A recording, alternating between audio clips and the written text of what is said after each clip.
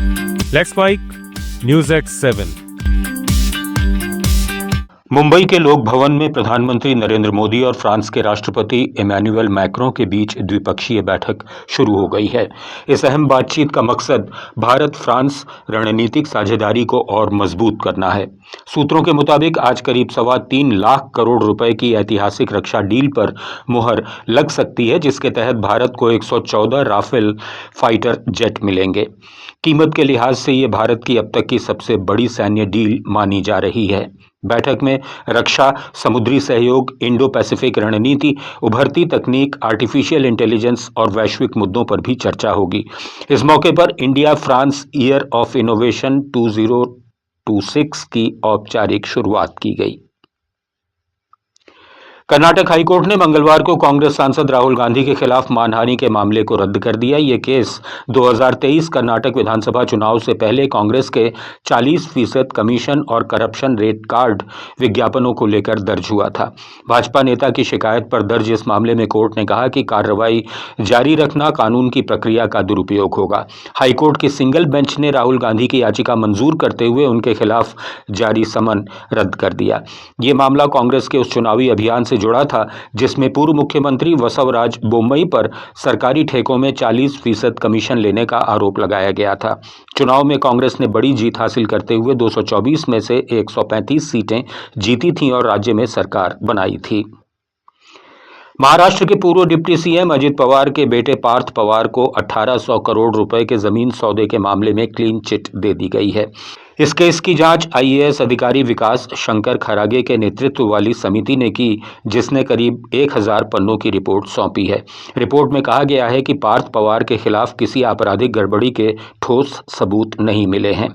हालांकि जमीन सौदे की प्रक्रिया में लापरवाही को लेकर 2 सरकारी अधिकारियों पर कार्रवाई की सिफारिश की गई है। ये मामला पुणे के पौष इलाके मुंधवा की 41 एकड़ जमीन से जुड़ा है, जिसकी कीमत 1800 करोड़ बताई गई थी, लेकिन सौदा 300 करोड़ में हुआ। जांच रिपोर्ट अब मंत्री चंद्रशेखर बावनकुले के बाद मुख्यमंत्री देवेंद्र फडणवीस के सामने रखी जानी है। महाराष्ट्र के पूर्व डिप्टी सीएम अजित पवार के प्लेन क्रैश मामले की जांच अब विमान दुर्घटना जांच ब्यूरो को सौंपी गई है। डीजीसीए ने बताया कि 28 जनवरी को बारामती में हुए विमान हादसे की जांच अंतर्राष्ट्रीय नियमों के तहत की जा रही है।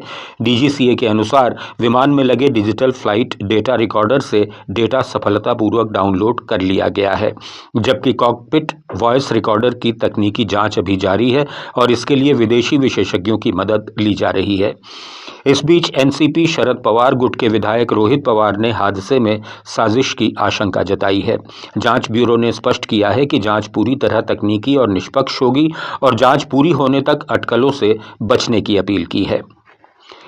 मिजोरम के मुख्यमंत्री लालदू होमा ने कहा है कि अगर लेंगपुई जमीन सौदे में उनकी किसी भी तरह की भूमिका का सबूत मिलता है तो वे तुरंत इस्तीफा दे देंगे।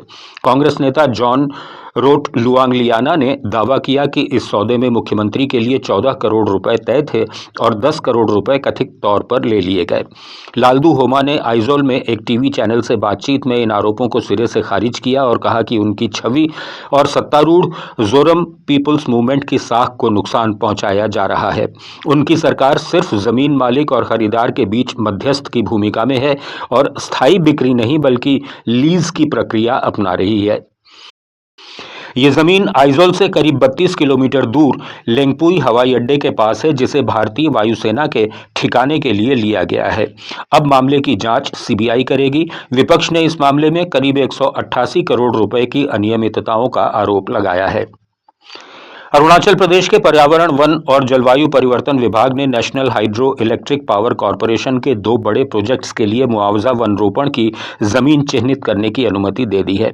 विभाग ने कहा कि राज्य में जंगलों का कवर भौगोलिक क्षेत्र का 2/3 से ज्यादा है।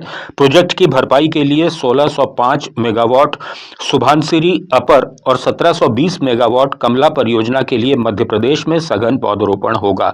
इन दोनों प्रोजेक्ट्स पर करीब 43,000 करोड़ रुपए खर्च होंगे और सालाना 1250 करोड़ यूनिट बिजली मिलेगी। न्यूज एट 7 में फिलहाल इतना ही। बने रहिए लेट्स माइक के साथ।